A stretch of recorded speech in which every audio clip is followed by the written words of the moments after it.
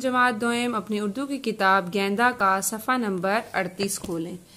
सफ़ा नंबर 38 पर हमने आज रीडिंग करनी आगे हम सबक जो पढ़े थे सारा का घर, उससे आगे हमने पढ़ाई करनी है।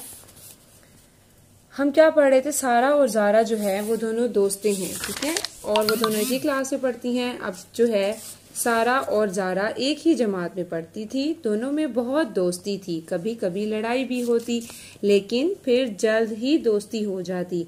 ज़ारा का घर स्कूल से दूर था और सारा का घर स्कूल से करीब था। एक दिन सारा ने ज़ारा को अपना घर दिखाया। किसने? सारा ने ज़ारा को अपना घर दिखाया और कहा कि इस इतवार को हमारे घर आना।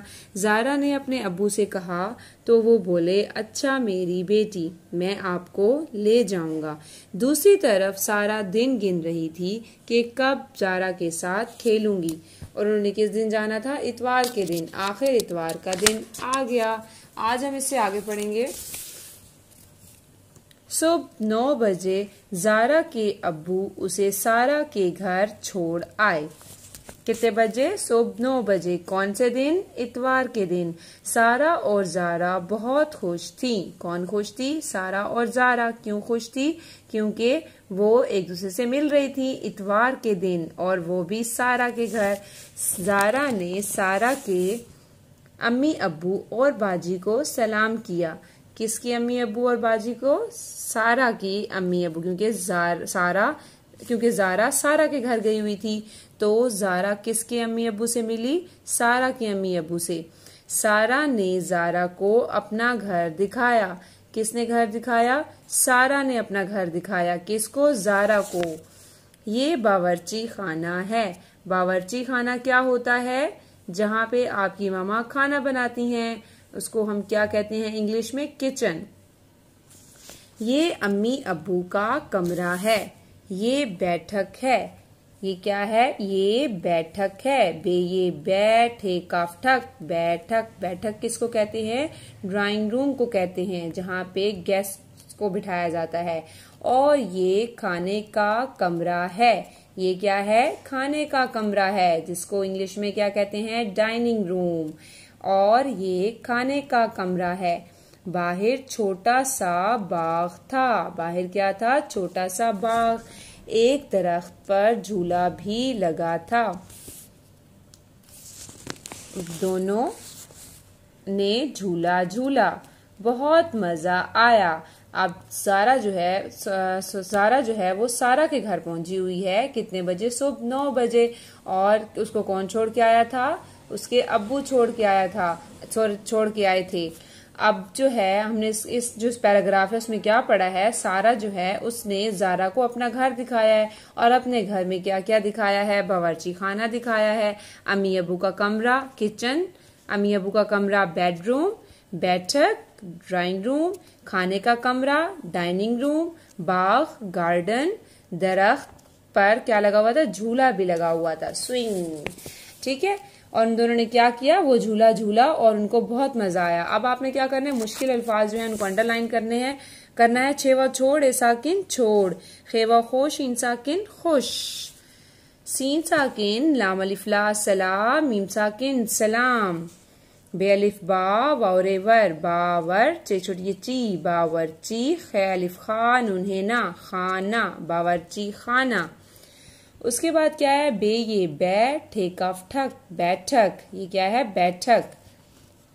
बे अलिफ बा गैन साकिन बाग, दाल रेदर खे ते साकिन दरख्त, झे पेशवा झू लाम अलिफ ला झूला, मीम जे मज जे अलिफ जा मजा। ठीक है, इन अल्फाज को आपने अंडरलाइन करना है और अपने रफ रजिस्टर पर 3-3 मरतबा लिखना है। उसके बाद यहाँ तक आपने इसकी पढ़ाई भी करनी है और मुझे वॉइस नोट में आपने सुनाना भी होगा इसे। अगले सफ़े पर जाते हैं, सफ़ा नंबर 40 पर। सफ़ा नंबर 40 पर क्या लिखा हुआ है? इरकान मिलाइए। आपने इरकान को आपस में मिलाकर लफ्ज बनाना है। ठीक है, पढ़ती। अरकान क्या होते हैं? जो 2 हरूफ या 3 हरूफ आपस में मिल रहे होते हैं, आवाजों को मिलाया जाता है। जैसे कि पढ़ती जो है उसमें कितने हरूफ आते हैं? पे, उसके बाद रे, उसके बाद ते, उसके बाद छोटी